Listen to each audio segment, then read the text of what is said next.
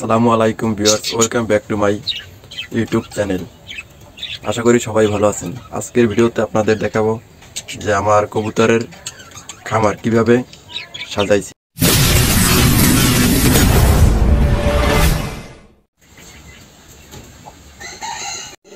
এই সব জায়গাতে আমি ফ্যান্সি কবুতর রাখি, আর এই যে খেঁচার ভিতরে সেট আপ করতে আছি, মানে এগুলো পেয়ার করতে আছি। যে আনার পরে সিঙ্গেল ছিল, তো পেয়ারের জন্য রাখছি।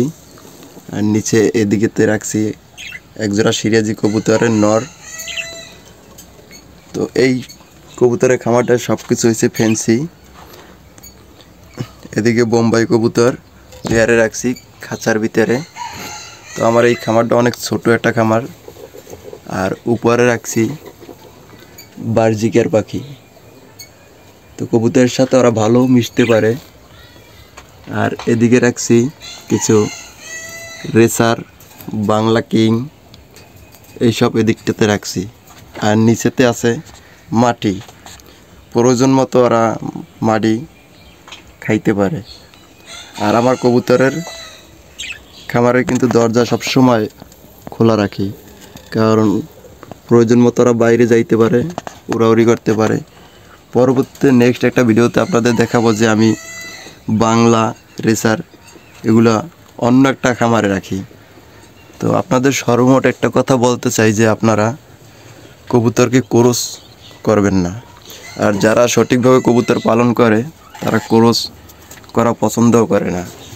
এই যে ক্রস করছিলাম এক জোড়া কবুতর, বাচ্চা বেরোয়েছে সিরাজির মাদি আর লোটনের নর দিয়ে। তো কেমন বাচ্চা বেরোয়েছে দেখছেন? এই বাচ্চার কী নাম রাখবো ভাই বলেন? তো বাজারে গেলে বা যারা কেনেন অনেক রকম অনেক একটা নাম নতুন দিয়ে বিক্রি করে। তো আপনারা ভাই ক্রস করবেন না। আশা করি ক্রস না করাটা অনেক ভালো, কারণ ক্রস করলে কবুতর জাত নষ্ট হয়ে যায়, এদের গেট আপ নষ্ট হয়ে যায়। এই জন্য আপনাদের কাছে বারবার বলি যে কবুতরকে ক্রস করবেন না যতটা সম্ভব। আমার কবুতরের খামারের বাইর সাইডে আর এই যে ভিতরটা দেখতে পাচ্ছেন। তো আজকের ভিডিও এই পর্যন্ত। যদি ভিডিও ভালো লাগে বা কবুতরের প্রতি কোনো কিছু কারো জানার দরকার হয়, চিকিৎসা, তারপর কবুতর কীভাবে সেট আপ করবেন, কমেন্ট বক্সে জানাইতে পারেন। আর আমার ভিডিওটা ভালো লাগলে চ্যানেলটি সাবস্ক্রাইব করে রাখতে পারেন। আল্লাহ হাফেজ।